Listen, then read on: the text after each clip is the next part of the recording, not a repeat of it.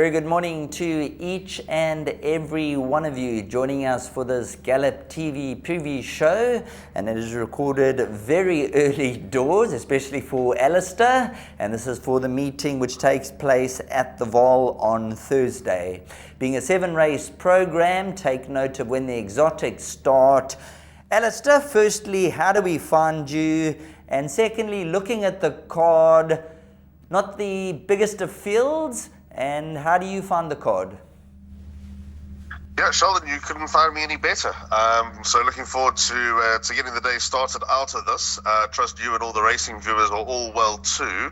How do I find the card, Sheldon? It is as out of season a card as you can get. 7 races on the card.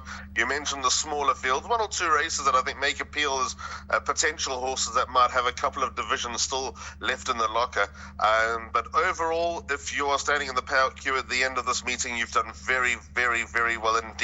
As you mentioned, with the exotics, take note of that. The bar pot and the place accumulator kicks off in race number 1, so do not miss the boat on the 7-race card. At least you've got a bit of time. 10 past 1 is when it gets underway.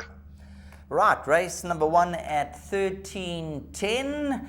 Is it red light or green light? Are you going for the green light at 4 to 10? Probably going to shorten further. Just looking at the scratchings at this point in time, number 9. And I'll just confirm if number 7 is a late scratching. But you can touch on number 5, red light, green light, the hot pot favorite.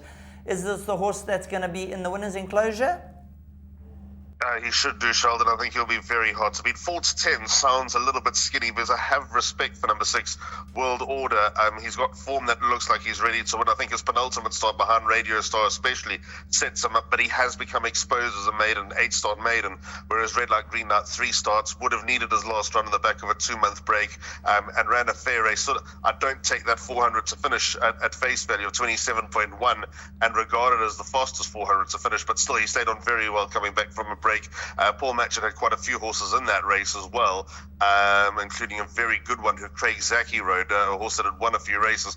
Kelvin Habib takes her out at number 5, Red Light, Green Light. Sheldon, he ought to win. There's not real value at 4 to 10. I'll take boxed exactas numbers 5 and 6. I don't see anything else running into the top 2. I think that's just the simple way to start. It's the exacta's not going to get you out of it, but it will sort of load the cannon for the pick 6 and the jackpots still to come, and maybe a small little all to come on horses at speculative prices as the day goes on.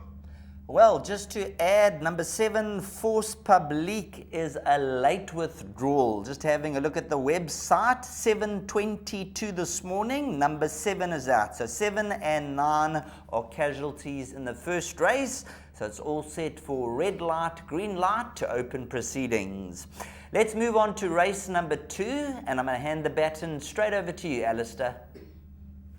So, Sheldon, interesting that they go down the straight here at the Vaal over a mile, and the false rail set up at exactly 0 on both sides. So we're not going to get too many clues as whether the low number draws or the high number draws is going to be where you want to be. I think we're just going to be reliant on where the pace is and who's going to have the best finish about them. So we're not going to sort of put a line through any of them. This is the biggest field on the card with 13 runners going to post, and it's not a maiden handicap like there were on Tuesday at the Vaal. So I think there's a handful of horses to include in the pick 6. This, of course, being the first leg of the pick 6. The horse that I'm leaning towards, number 10, Herbertus Hunt.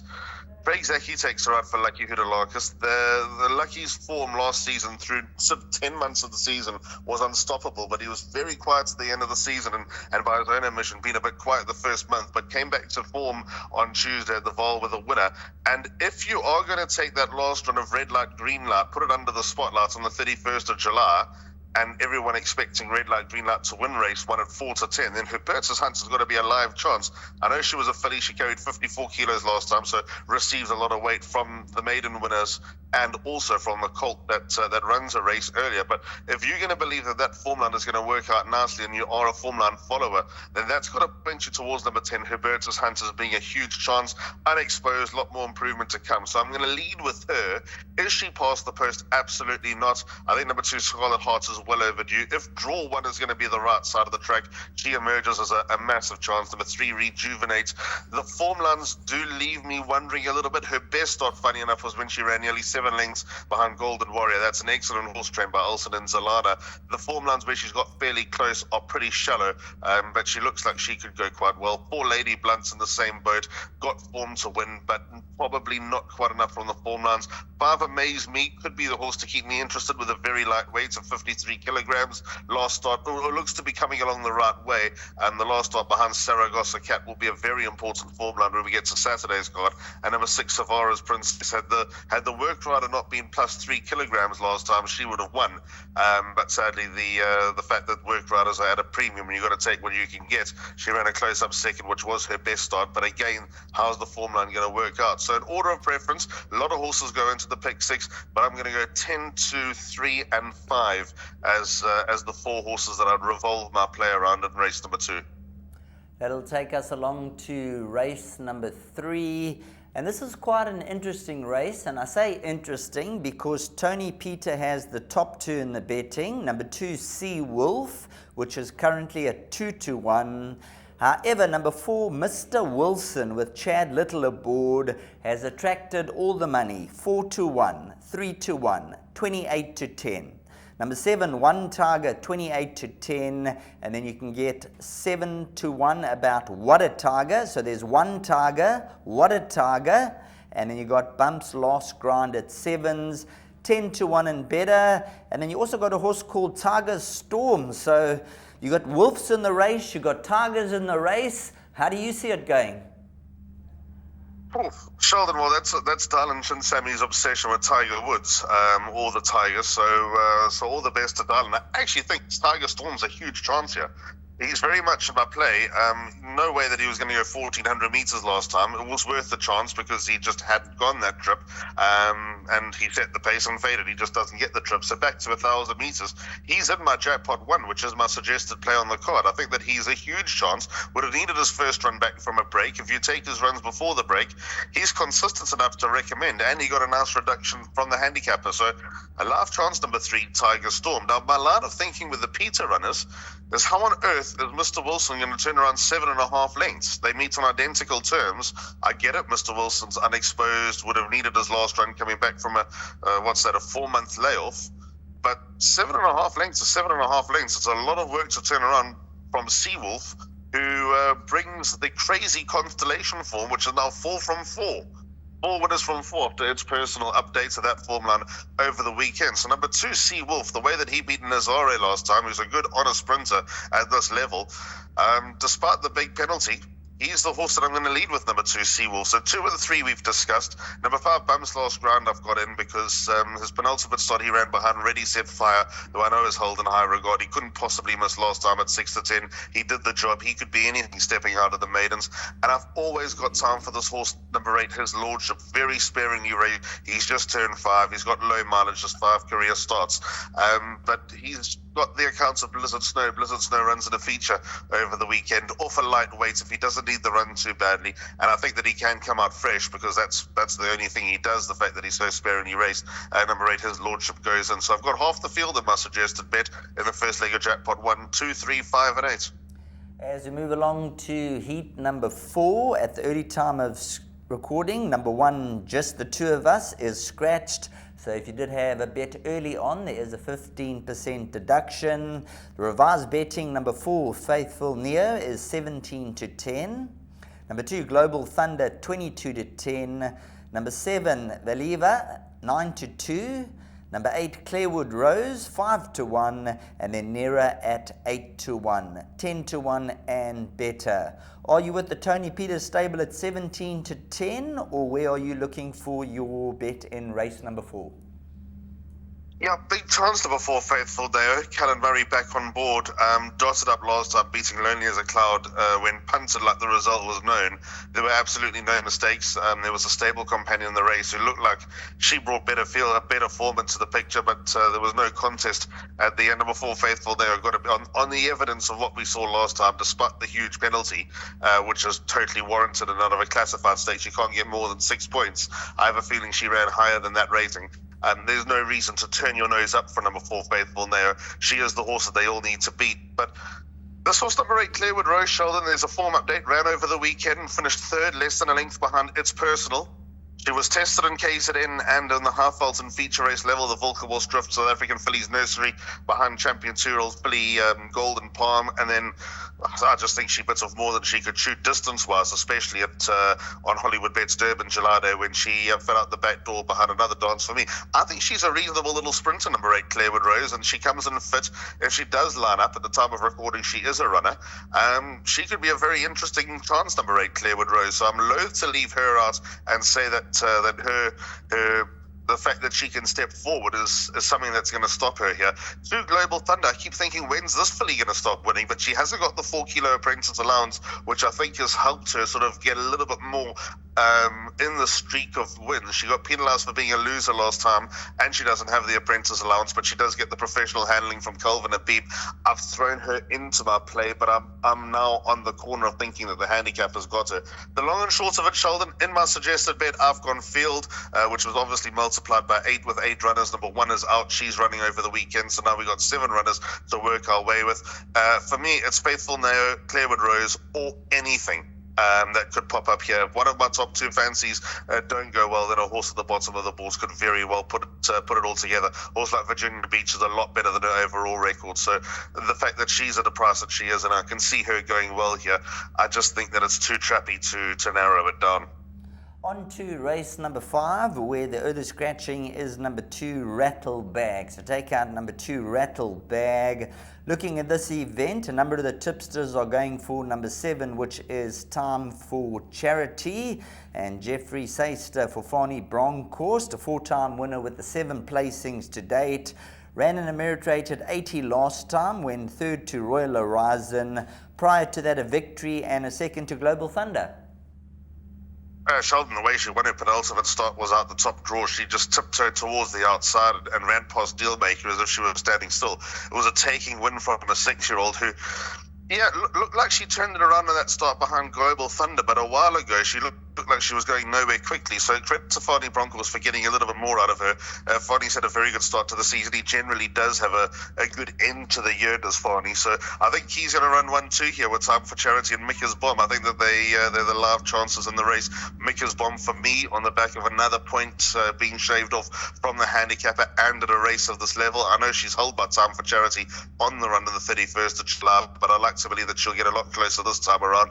And I think that they're the only 2 horses that interest me. So as far as the chat put is concerned, it sounds like I've loaded up with a pretty expensive perm, but I've narrowed this down to 2. I think it's the Fani Bronkhorst show. I think he'll win the race. If you ask me, I'm 60% Micker's Bomb, 40% Time for Charity, but I think that neither would surprise me.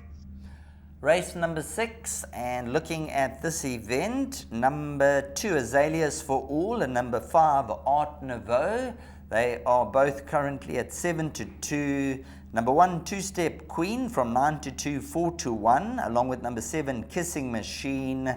Number 3, Free in Seattle, Malasela Kachedi for St. John Gray from 11-2, 5-1, and number 8, Play with Fire is 6-1, 10-1, and Better the Rest. How do you read race number 6, Alistair? I've narrowed it down to 3 horses. I think the key line of form here is the 9th of August at Turfentine, when Azaleas for All finished 2nd to Territoriata, but finished in front of Art Nouveau, Big Chance, and Free in Seattle, who has to make some appeal. But the fact that Azaleas for All at her penultimate start ran over a mile at Turfentine was always going to be too short for her. She looked like she was just starting the engine with about 50 meters to go, and stuck around to run 2nd behind Streisand. I really liked her last time, Sheldon, but she came unstuck behind Territoriata. There was a big drift about her, and she never really got... She never looked like beating Territoriata, but it's still an admirable run. I think that this is pretty much her happy place. She enjoys this type of distance. It takes her a while to warm up. Gavin Lorena rides her really well, but I think Chad Little will also get a tune out of her. Rides for his good mate Brendan Fegan and Brendan's family member. So number 2, Azaleas for All, is the horse that I'm going to lean towards, but it's certainly not going to be one-way traffic.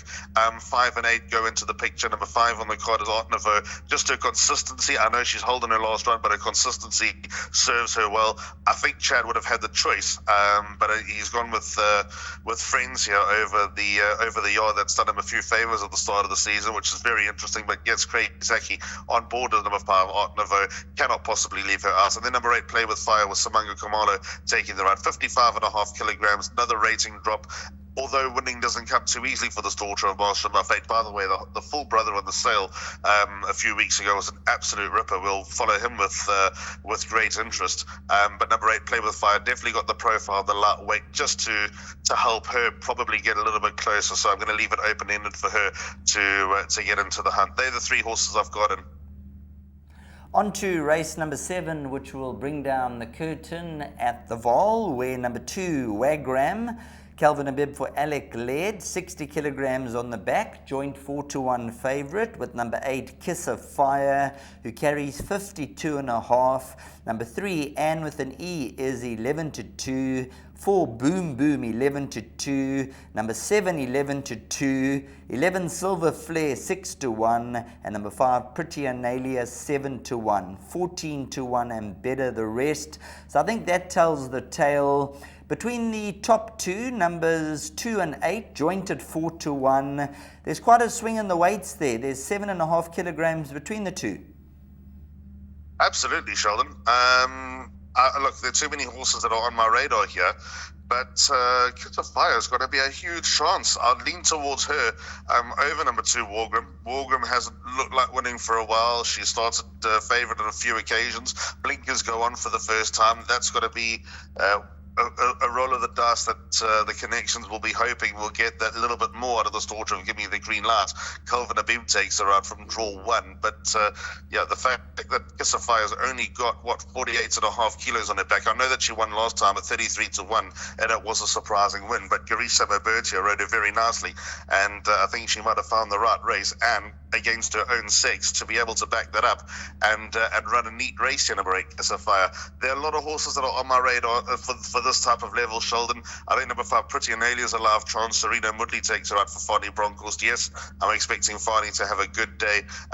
Pretty Analia did very well with Baron Boots' Louis and Schlappo, who's a man in the headlines at the moment for all the right reasons. Got a very good tune out of her. She had been unlucky on a few occasions as well, losing ground at the start and coming from too far back, etc., etc. Her last 2 starts may leave a little bit to be desired, but I think if she bounces back and shows the form that she showed through the end of last season, then she could be a live chance. Maybe it's a hard track story with number 5, Pretty Analia. Maybe she doesn't quite put it in on the winter courses up on the half vault, because she just comes from a little bit too far back, and those front runners tend to get away.